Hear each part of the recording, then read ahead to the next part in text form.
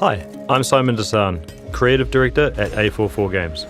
And I'm Dale Pugh, Associate Art Director. We're an indie studio based in New Zealand.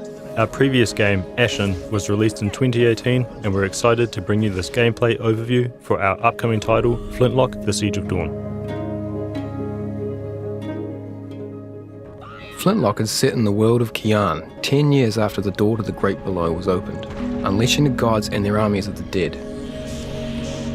The lands of Kian are overrun. The coalition army is tied up in an increasingly hopeless siege outside the city walls. There is no one to defend the small towns and villages against the roaming hordes of the dead. You play as Nor Vanek, a flintlock weapons expert in the coalition army, along with Enki, a mysterious fox-like companion who enhances your combat skills with his magical abilities. On your journey, you will combine gunpowder, magic and steel to build your character into a fabled god killer. You'll also meet and recruit your former coalition team to devise a plan to break the siege and end the war once and for all.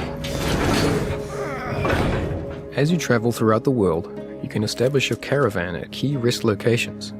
This is your chance to rest and prepare for your next adventure. The caravan will grow as you meet and recruit former coalition team members to your cause. Each team member is an expert in their chosen field and unlocks crafting abilities and additional quest content. It's always good to rest at the campfire and see what's new. Building on our experience with Ashen, Flintlock retains elements of the Souls genre and infuses it with rapid mobility, resulting in dynamic and explosive combat, a style we call Souls Light.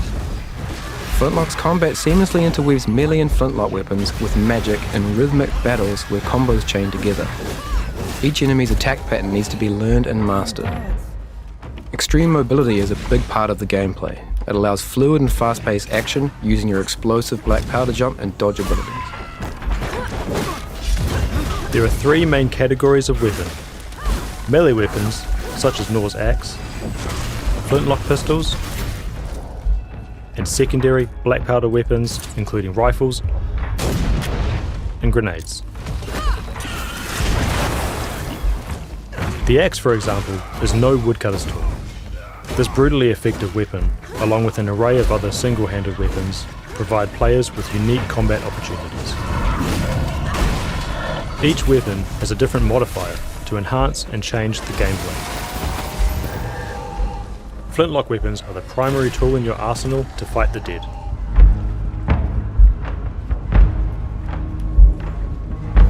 You restore black powder charges by hitting enemies with melee attacks.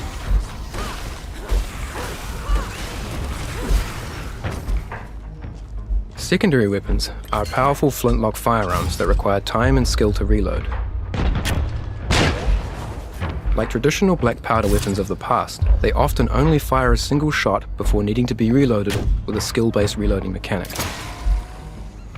Your secondary weapon charges are only replenished while resting, so preparing in advance and knowing when to deploy them is key to their successful use in combat. Grenades give you new strategic options to deal with enemies.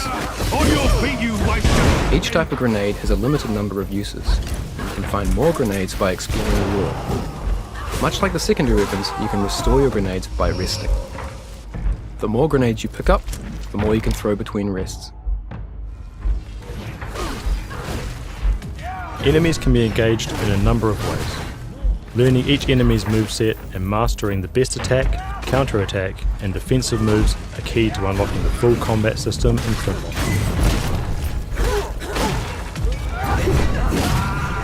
A break attack is an attack that cannot be blocked or parried. It will also leave you vulnerable to follow-up attacks. You can interrupt an enemy break attack with your flintlock arsenal, leaving the enemy open to a swift follow-up attack. With the right timing, a regular attack can be parried, opening the enemy up to counter-attacks and extra damage. The purple bar above the enemy is a priming indicator. Once an enemy is fully primed, you can perform a critical attack, which instantly defeats an unarmored enemy.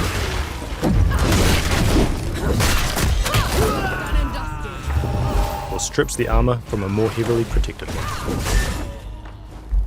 Enki's strike applies the Curse of Death on enemies, allowing you to build up their prime from a distance before closing in to finish the job. While Enki's curse is active, your melee strikes will also build the priming bar, as well as inflicting damage. In addition to the Curse of Death, you can equip different curse stones to Enki. Each stone makes his strike apply a different status effect, such as poison or weakness. As you increase your bond with Enki, you will unlock powerful magical abilities called Witherings. Enki's Withering Gauge will build over time. When it's full, Nor and Enki can fuse together and unleash a devastating ultimate attack. Armoured enemies take reduced damage and are less likely to be stunned by your melee attacks. While you can kill an enemy that's armoured, you'll often need to remove it first by fully priming them and using a critical attack. Shields prevent all damage from a frontal attack. You must first remove the shield to attack head-on, or find other openings. Ripping off a shield exposes the enemy to a direct attack. With a war that has been raging on for so long in Kian, coins and gold have become worth less than your reputation. Reputation is the currency in the world of Flintlock and represents your renown and experience. It can be spent to obtain skills and items and craft upgrades to your weapons and armor.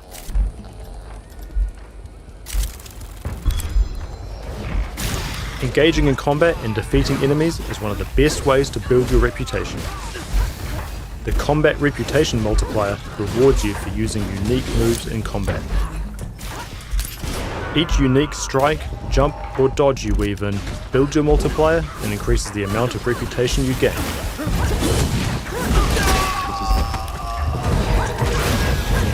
But be careful, if you take damage, you will lose your multiplier and the additional reputation that has been gained. You can choose to bank your reputation at any point and the multiplier will be reset to 0. Hamlets are settlements around the world that have become overrun with the dead. Defeating the boss will free the hamlet.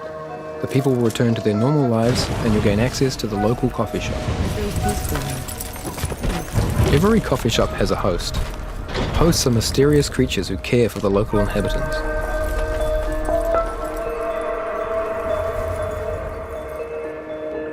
A host will give you an extra health restoration flask as a reward for getting rid of the dead. You'll also gain access to the shop, where you can cash in your reputation to buy clothing items and customize your look. Since the coffee shop is the central hub of every hamlet, hosts know everything going on in the local area, and will offer up rumours, which form the basis of Flintlock's side quests. If you choose to follow up on a rumour, or engage in conversation with a local character you've met in the world, you'll be rewarded with quests. And what's in it for me? These are an excellent way to fully explore an area, unlock unique inventory items, and enhance your experience of the story.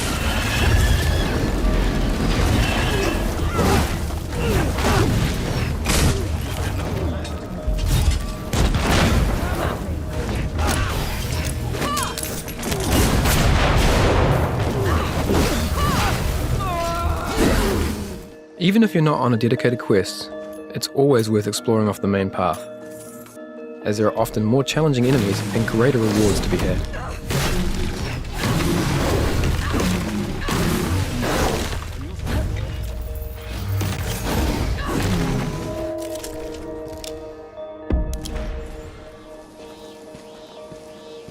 From myself, Dale, and the rest of the A44 team, thank you for checking out our gameplay summary.